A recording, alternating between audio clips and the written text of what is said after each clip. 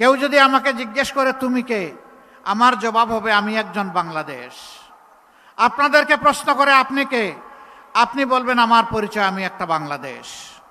এই বাংলাদেশ একটা সামগ্রিকতার বাংলাদেশ, যেখানে ন্যায় ইনসাফ থাকবে, যেখানে মানুষে মানুষে ভেদাভেদ থাকবে না, যেখানে সুশিক্ষার প্রসার ঘটানো হবে, যেখানে সামাজিক নিরাপত্তা নিশ্চিত হবে, যেখানে মানুষ কর্মের অধিকার পাবে, যেখানকার মানুষ ইজ্জতের সাথে মাথা উঁচু করে বিশ্ব দরবারে দাঁড়াবে।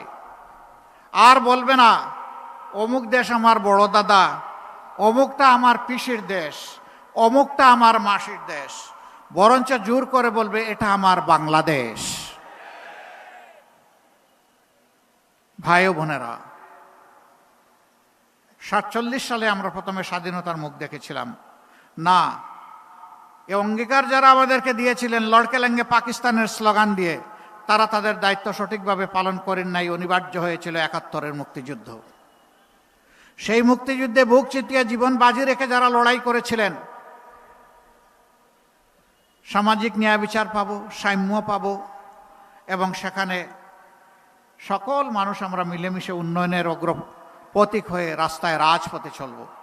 দেশের মানুষের দৃষ্টিশক্তিকে সুরক্ষিত রাখার প্রত্যয় নিয়ে এলো সেফ এলইডি লাইট। হয় নাই, পূরণ হয় নাই। রাজার ধর্ম করে সমস্ত কাঙ্গালের ধন চুরি। যারাই রাজা হয়েছেন আমাদের মতো ছোট ছোট মানুষগুলার ধন চুরি করে তারা ফুলে ফেপে দৈর্ঘ্যে প্রস্থে সমান হয়ে গেছেন।